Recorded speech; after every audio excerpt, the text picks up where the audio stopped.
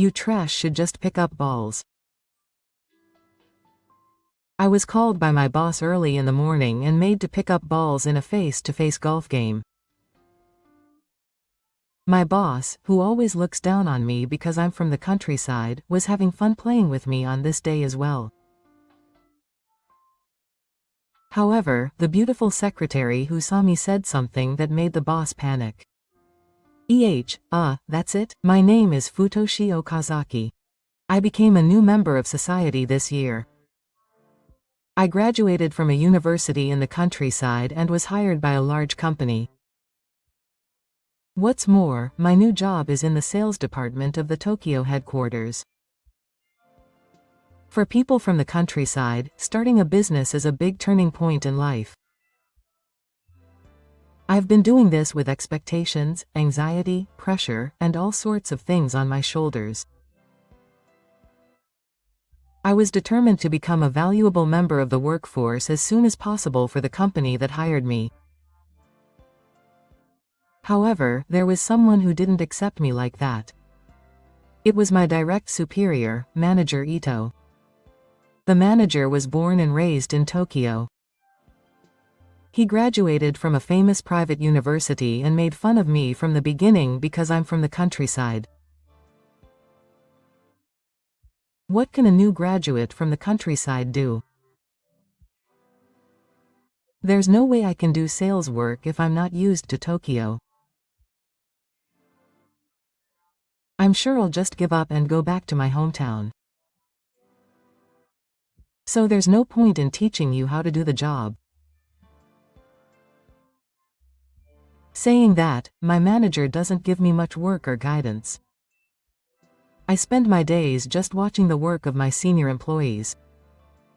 He sometimes assigns me work, but his assignments are sloppy and he often neglects the grass. What area should I create documents for? When is the deadline? He only has a vague understanding of the important things. Because of this, it always seems to be a nuisance to the other employees around me. However, I can say that he treats me the worst. Do what I tell him. He talks like he's superior, but he doesn't give me any specific instructions. Why haven't you done this yet? Do it quickly. Even if I thought there were still days until it was done, he would tell me to submit it quickly depending on his mood that day. I felt like I was being pushed around by my manager every day. Because he wasn't giving me the correct instructions, there were many changes, corrections, and revisions, and I was able to handle it, so I even gave my opinion to the manager. But I just asked him to teach me the work in more detail on a request basis. But they don't take me seriously. Think for yourself a little. Don't rely on others right away. Don't think that they'll teach you everything. I wasn't taught anything when I joined the company either. And yet I've risen to this position. Because I'm from a different background than you. That's why people from third-rate rural areas have trouble. Instead, they end up being ridiculed and the conversation ends. In the end, I realized that it was impossible for my manager to teach me anything, so I somehow learned the job with the help of my senior employees. I didn't want to give up and go back to my hometown as my manager told me, so I worked hard. One Sunday morning, while I was spending my days like this, even though it was still dark outside, my cell phone rang. The name of Manager Ito was on the display. I had a bad feeling, but I couldn't ignore it. Good morning. I answered the phone with my eyes still half open. Oh, Okazaki. You come to the golf course now. I'm definitely going to play golf, but there aren't enough people. Come right away. It starts at 8, so make sure you're there in time. Don't be late. It was a very pushy call, even though it was a sudden contact. Moreover, the designated golf course was a 2-hour drive away, but I was told to meet there, so I hurriedly got ready. I wasn't really keen on it, but I had no choice but to go. I decided that if I refused, I might not be able to stay at the company at all. I left at the last minute, so there was no time for breakfast, and rushed over. As soon as the boss saw me, he immediately called me over. "You're late. Get ready quickly." Apparently, the employee who was scheduled to participate came in poorly and I was called in as a replacement at short notice. Despite that, the manager treated me carelessly. "You're over here." He called out to me as I was opening the trunk. My father and grandfather are good at golf, so I play golf with them too. I also had some golf clubs that my father gave me as hand-me-downs, and I was praising myself for them. However, the manager snorted when he saw that. "You don't need golf clubs. Because you're not going to play golf today. I'm not going to let you play golf if you can't even do your job." "Well, then why did you call me?" I asked, not understanding what he meant. "You trash should just pick up balls." He made an unexpected statement. "Picking up balls. You called me specifically for that?" "I don't think that's necessary." I was also confused by his shocking statement. "I called you because I thought you needed me. Look, President Nakata is waiting, so hurry up. This is not the time to argue in a place like this. Come quickly." I was hurriedly taken to President Nakata. I heard that President Nakata is the president of one of our company's clients and has a long relationship with him. As a new employee, I started by saying hello, since this was my first time meeting him. "My name is Futoshi Okazaki, a new employee. I look forward to working with you today." "Mr. Okazaki." "Yes." President Nakata asked me my name again as I bowed my head, so I looked up and replied. President Nakata looked like he wanted to say something, but Section Chief Ito cut him off. "Come on, President Nakata, let's have a great time today. Okazaki is here, so don't worry about Tamai." "Tamai? You don't need that kind of thing in golf." President Nakata looks a little puzzled, but the section chief pushes the matter forward. "It's fine because Okazaki says he wants to do it. I'm a new employee from 3 universities and I can't do my job at all, so let me do this much. I'm like a salary thief, so he introduced me as a ball picker and forced me to participate. However, in reality, my role is to watch the balls hit by President Nakata and Section Chief Ito and confirm the position of the ball before them. When I get on the green, I pick up the ball and mark it. That's my role. But of course I'm not allowed to ride the cart on the golf course. I just run around and play the round. The worst part was when the ball hit by President Nakata fell into the pond. Oh, I made a mistake. When the president said that, Section Chief Ito immediately gave me instructions. Okazaki, you go into the pond and pick up the ball. It's a ball. He said something outrageous. No, you don't have to go that far. President Nakata tried to stop him, but when we got to the pond, Section Chief Ito said to me with a big look on his face. Come on, you're picking up the balls, so hurry up and pick them up. President Nakata hit the balls. However, I didn't have the courage to jump into the pond at the golf course. But the next moment, Section Chief Ito got behind me and pushed me into the pond. Cough cough. I suddenly fell into the pond, and I couldn't understand what was going on and drank the water. Are you okay? President Nakata, worried about this, immediately reached out his hand. Thank you. I caught him and grew out of the pond. The section chief kept laughing at the sight. I was frustrated and glared at the section chief. Hey, what's with those eyes? You can't do your job, so you should cheer up a little. Well, I made you laugh. Ah, that's funny. Seeing the section chief laughing out loud, President Nakata also frowned and said, Ito-kun, aren't you going a bit too far? You may not be good at your job, but you're still a new employee. There must be a better way to do things. No one will follow you if you keep doing that. President Nakata warns him, but the section chief doesn't take it at all. It's fine, this guy. He can't do his job, and he has no choice but to do things like this. He's a useless leg and a drag.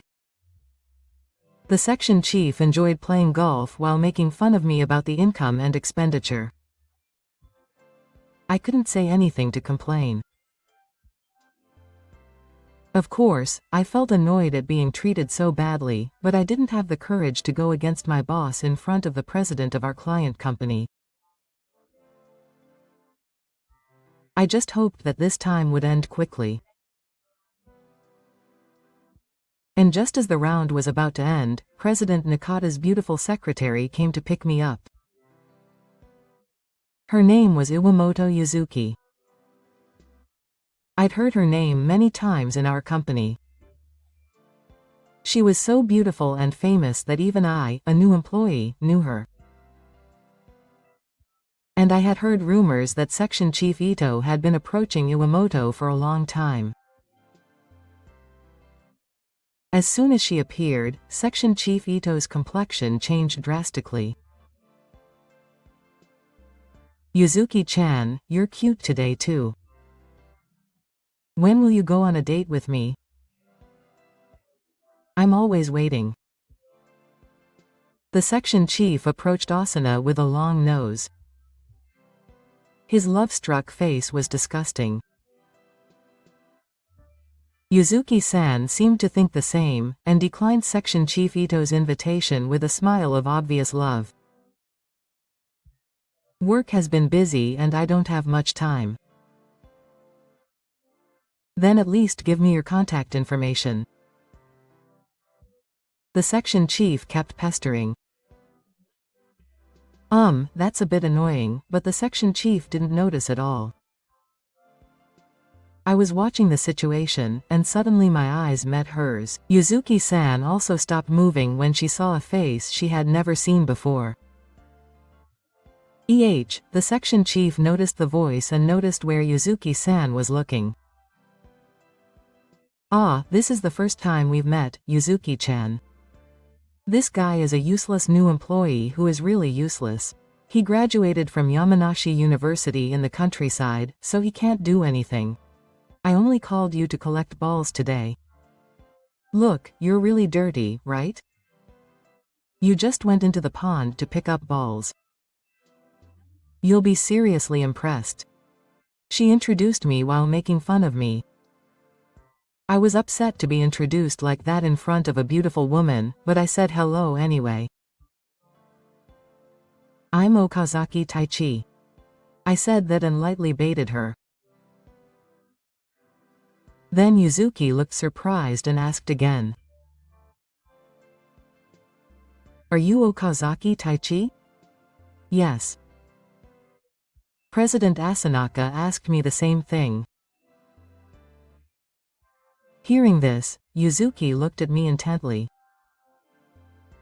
What, you're kidding?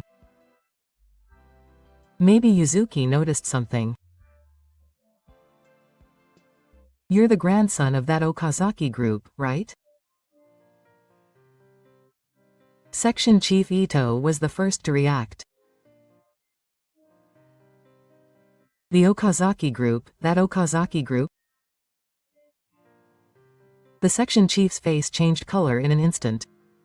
That's only natural. It's a famous company that the local area is proud of, and a group of companies that everyone knows. I'm from nearby, so I know. Okazaki's grandfather is the president, isn't he? My family has seen him on TV, so I knew when I saw Okazaki. Yuzuki said this in a surprised tone. Then President Nakata spoke up. I know President Okazaki too.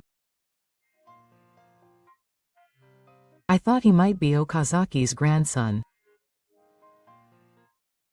I met him a long time ago and have seen his picture. I had heard that he had gotten a job in Tokyo, so when I saw Okazaki, I thought maybe he was. But he was treated so badly that I thought maybe I was wrong. Hearing this, Section Chief Ito looked shocked and his hair ran cold. This is because the Okazaki group also does business with the company I work for now. The company's deceased was in my hometown, and even though it is a local company, it does business with a company in Tokyo. Moreover, the Okazaki group is a larger group than our company, and if the business was cancelled, it would have a major impact on our business. The section chief seemed shocked that they had treated the grandson of the president of such a company so badly. Is he really President Okazaki's grandson? Yes, it's true. It's not that I was hiding anything, but I was never asked, and I thought that my grandfather was my grandfather and I was me, so it didn't matter. The manager turned pale as if it were a picture. But I was telling the truth. When I was looking for a job, my grandfather told me that I could join his company. Many job seekers take the Okazaki Group's employment exam. It was truly a blessing to be able to join such a popular company. However, if that happened, I would be joining the company not through my own initiative but through my grandfather's bones. I thought that was just being spoiled. If I depended on my grandfather from the time I joined the company, I felt that I would also depend on him after I started working. Also, I felt that if I were to get a job, I wouldn't be able to start on the same starting line as the other new employees, and I thought that I was no good. However, I was too well known to get a job at a local company. I already had the card of being the grandson of the president of the Okazaki Group, so I was one step ahead of the other job seekers from the beginning. I took the employment exam for my current company because I simply wanted to work for a company that would see through my abilities. I thought that no one would know me if I came to Tokyo. I joined this company without knowing that it had business with my grandfather's company. I only found out about it after I joined the company. There is actually a reason why I, a local person, was able to join this large company with its headquarters in Tokyo. I had studied Southeast Asia culture and national character quite in depth at university. I even made it the subject of my graduation thesis. Of course, I had visited Southeast Asia many times and studied abroad. I felt the unique atmosphere of the area directly and heard the real voices of the people living there. That's how much knowledge and information I had about Southeast Asia. My current company was planning to expand overseas and was considering Southeast Asia as a candidate. I didn't take the employment exam knowing this, but I think the key to my job offer was that the hiring manager was interested in me, who knows real information about Southeast Asia. After I was accepted, the president even asked me to help them when they expanded overseas. In other words, I was a person who the company had high expectations of, even though the section manager didn't know about it. I joined the company as a necessary person to expand overseas. I told the overseas expansion section manager about this fact, but he didn't seem to understand what I was saying. The section chief probably didn't even know about the overseas expansion yet. It's true that the story hadn't been announced widely yet. Do you understand what it means that I know something that the section chief doesn't know yet? I asked the section chief as if to test him. Even the section chief seemed to understand. The section chief, who thought that I was actually a talented employee who the company had high expectations of, was worried that things would go wrong, desperately tried to make excuses and cover up the way he treated me. I'm actually very happy that Okazaki joined the company. Treating you like this was just a little prank, or a kind of light play. So please don't take it so seriously. It was obvious that he was trying to make an excuse even though he was clearly trying to harass me. I didn't argue at that point and just kept quiet. Well, we're going home now. Unable to bear the awkward atmosphere, President Nakata and Secretary Yuzuki said a quick goodbye and left. President Nakata, this is really just a joke, so it's definitely not harassment or anything like that. The section chief was desperate not to let my grandfather hear about this. Oh, I understand. President Nakata said with a wry smile and got into the car. The section chief and I were the last ones left behind, which felt really uncomfortable. I'm going home too. I quickly went home and was about to go home. Please, Okazaki. Please keep quiet about me from President Okazaki. I'll reflect on my attitude up until now. If I were to touch President Okazaki's heart and cause the transaction with the Okazaki Group to be terminated, I wouldn't be able to stay at this company. So please. The section chief begged me as if clinging to him. I'm a full-fledged member of society and I didn't think I would go out of my way to report this to my grandfather, but I was angry at the change in the section chief's attitude. I didn't want to talk about it, so I shook off the section chief's arm and left the golf course. But on top of that, it seems that my grandfather heard about this encounter. Of course, I didn't say anything. It was President Nakata. The manager's attitude was so bad that President Nakata could not keep quiet. Of course, when my grandfather heard this, he was furious and said that he would stop doing business with my company. I will not do business with a company that makes fun of my precious grandson. I will never forgive them even if they say that the instructors are mixed. The president of our company was flustered when he heard that. It would be a nomination disease for our company if the Okazaki Group stopped doing business with us. The president immediately went out of his way to visit the Okazaki Group in person.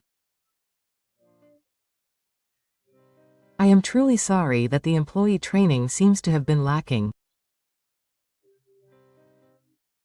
However, we have high expectations of Okazaki. It seems that there was an employee who did not understand this, and he bowed his head many times and begged them to continue the business somehow. Please refrain from canceling the business. Please. Seeing how he desperately tried to convey his enthusiasm, my grandfather finally nodded his head. We can continue the business. Just bring the employee who insulted my grandson here. The president quickly contacted Section Chief Ito and ordered him to come to the president's office of the Okazaki Group. Come right away. Okay. But the section chief was so scared that he never showed up to see my grandfather. And that's not all. He disappeared from the company. The section chief must have known what would happen if he went to the president's office. He must have predicted that the president of the Okazaki Group would give him harsh words and force him to quit. So he thought he would just quit the company himself, and when he was brought to the president's office of the Okazaki Group, he quit the company at the same time. Everyone was shocked that he was such an irresponsible person until the end, but with the section chief gone, work in the department went smoothly and the atmosphere became brighter.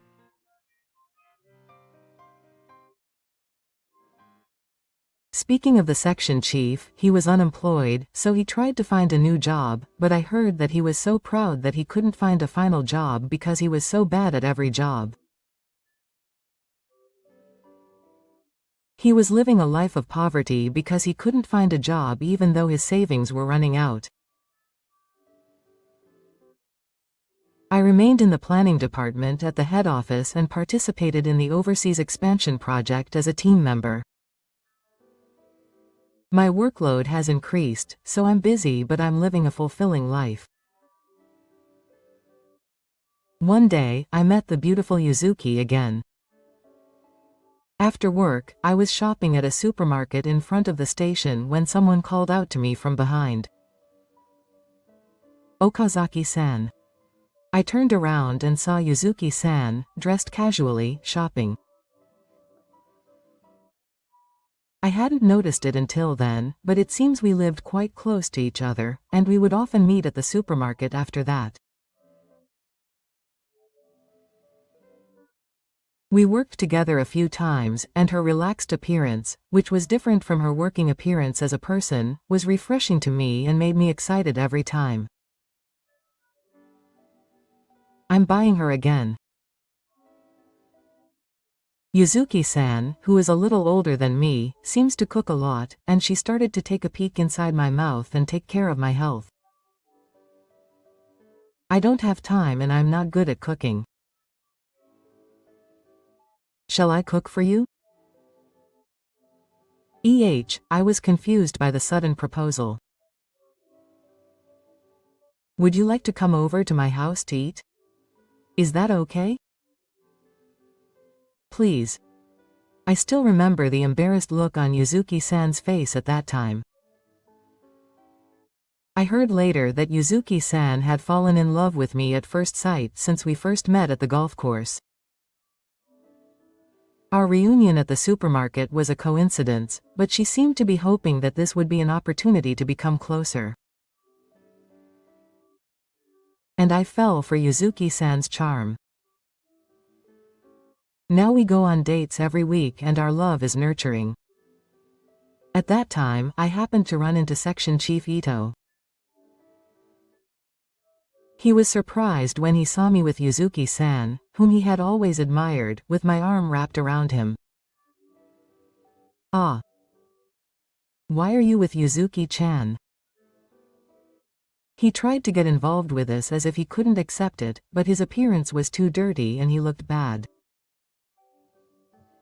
Moreover, he was holding a mold remover in one hand. I immediately decided that neither I nor Yuzuki-san should get involved. Let's go. Ignoring Section Chief Ito's presence, Yuzuki-san and I passed by without a trace. Hey, don't ignore me. It's me. Who do you think is to blame for me living like this? You're to blame. The section chief was yelling at our backs. He continued yelling something after that, but we didn't look back. It was so pathetic that the chief didn't even realize that people around him were looking at him with disdain and laughing at him. Poor guy. That's what Yuzuki said as she looked at the chief. We were stunned, thinking how miserable his downfall had been. Ironically, it was the chief who gave us the opportunity to meet. If he hadn't invited us out to play golf, we might never have met. For that I am grateful to the chief.